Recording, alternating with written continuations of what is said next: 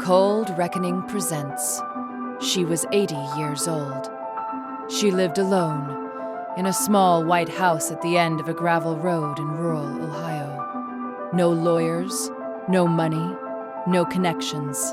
And she had no idea that the most powerful man in her county was about to make the biggest mistake of his life.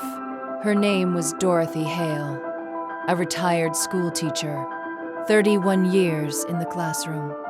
The kind of woman you pass at the grocery store and forget by the time you reach your car. But Dorothy never forgot anything. For 22 years, she had been paying property taxes on land her late husband bought in 1941.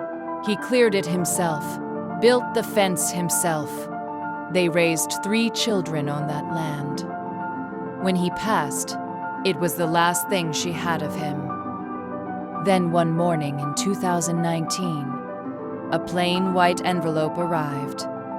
The county had seized her property, claimed she owed $11,400 in back taxes. Taxes she had already paid, every year, on time, never once late. She read the letter 3 times, set it down, finished her coffee, and said out loud to an empty kitchen, "No." The man behind it was Commissioner Richard Aldrin. 3rd term in office, former military, former prosecutor. He shook hands at church on Sunday mornings and signed eviction papers on Monday. His system was simple. Find elderly residents on valuable land. Seize it on a technicality. Sell it quietly to developers, the same developers who funded his campaigns. Everyone knew. Nobody talked. Because nobody believed it could be won. Dorothy started at the county records office the following Tuesday. 8 a.m., same chair, same reading glasses, same yellow notepad. Every Tuesday and Thursday, week after week. 6 weeks in, what she found made her hands tremble. It wasn't just her. 14 other families, all elderly, all alone, all on land, sitting directly in the path of a new highway development corridor. A 74-year-old veteran who lost his grandfather's farm. A 79-year-old widow who thought she had done something wrong. An 83-year-old farmer who simply left because he believed he had no choice. Dorothy called every single one of them. Most had given up. Some cried when she called.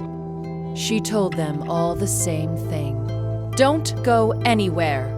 I am not done yet. She didn't call a lawyer.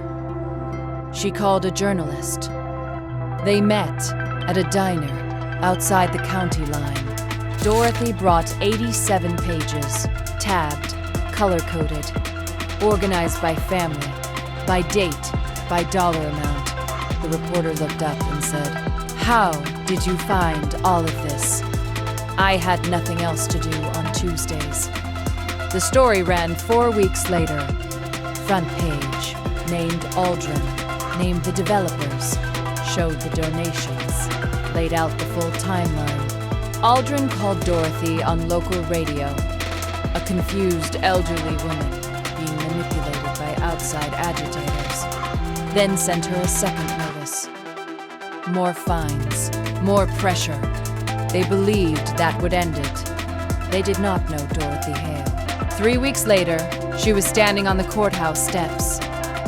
Floral dress, sensible shoes, reading glasses on a chain, holding 340 pages she had built herself, one Tuesday at a time. No attorney, no crowd, no cameras, just Dorothy and the truth. The judge reviewed the case for 9 days. On the 10th day, Richard Aldrin resigned. Dorothy's land was returned. All 14 families had their cases reopened. The developers withdrew. Aldrin was never heard from publicly again. But here, is what nobody reported. Dorothy never gave a single interview. No cameras, no victory statement. She went home, made coffee, and called each of the 14 families herself, one by one, to make sure they knew it was over. The last call was to the 83-year-old farmer in Indiana. When she told him his land was coming back, he went silent for almost a minute.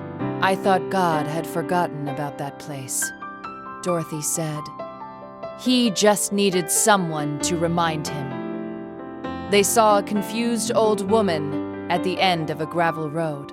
They did not see what was being built on those Tuesday mornings. They did not see what was coming, and by the time they did, it was already too late. Cold reckoning